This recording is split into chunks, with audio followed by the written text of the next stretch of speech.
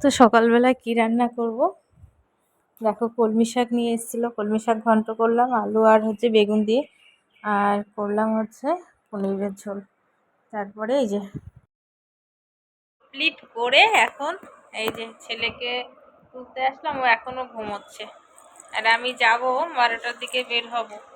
এই যে আমার সোনামা উঠে গেছে, ওকে খাইয়ে এখনো পরিষ্কার করা হয়নি।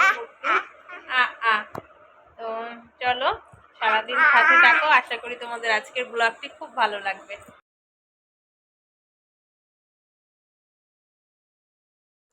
তারপরে আমরা গেছি কাজে, মানে আমার যে কাজ সেখান থেকে আসছি টোটো করে। আর এই যে জায়গাটা দেখছো, এখানে আমার একটা খুব মানে কি বলবো কষ্টের একটা স্মৃতি।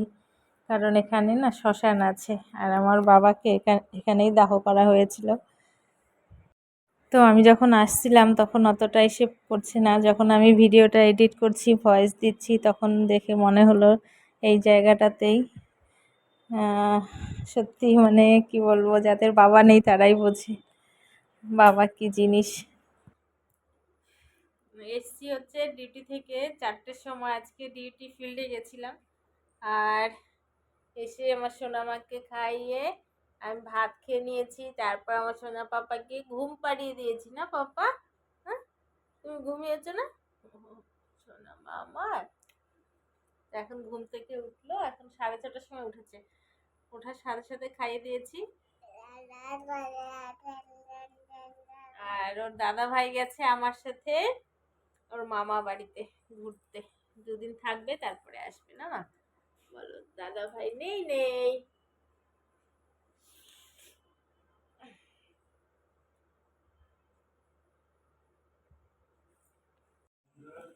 তো সন্ধেবেলাটায় দেখো আমরা চা খাবো। তো আজকে আমাদের লাল চা খাওয়া হয়ে গেছে, আর এই চাটা আমার বরমশাইয়ের। ও আবার মানে সকালে যদি লাল চা খায়, মানে রাত্রিবেলা এসে ওর লাল চা মানে পোষায় না। ও বলে যে আমাকে দুধ চা করে দাও, একটু করো তবু দুধ চা করো, আর একটু ঘন করে করো। তারপরে একটু সবজি কম আছে, মানে তরকারিটা কম আছে, আমি একটু মুসুরির ডাল সেদ্ধ দিলাম, আর উপরে সর্ষের তেল আর কাঁচা লঙ্কা ছড়িয়ে দিলাম। আর এটা হলো আগের দিনের ভিডিও গেল, রাতের বেলা ওটা রেসিপি। আর এই যে দেখো আমার সোনামা, দেখো এত ওর বাবাকে পছন্দ করে কি বলবো। ওর বাবা ছাড়াও কিছুই বোঝে না। ও বাবা স্কুটির যখন আওয়াজটা পায় না, যখন দূরে থাকে,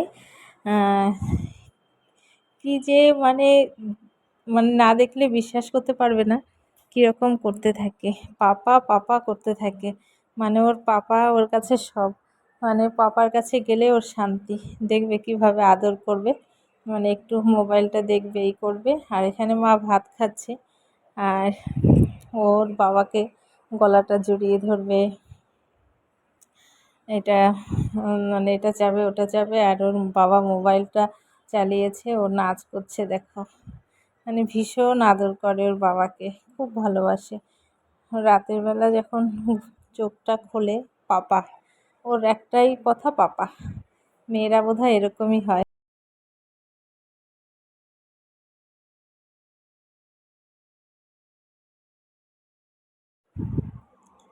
তো মেয়েদের এটাই, তাই না? তার বাবা তার কাছে অনেকটাই।